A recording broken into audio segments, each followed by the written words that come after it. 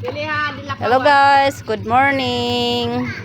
So, nag-ano din siya ng, ano guys? Pato guys, ha? Apil, uy! Apil guys. Oo. Yapil daw yung naong guys. Oh, ginitan din siya guys. Kay ang kayo guys. Grabe, kainit jud guys. Ay, pagtuyok. Diya dito ra. Ang kayo guys. Kay hangin man good guys. But so, madlok siya masunog ang iyang skin. Guys. Hoy! Inanaon ra siya pagkuan guys. Pato sila. Sila.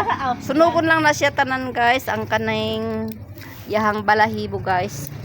So inana lang kasayon guys.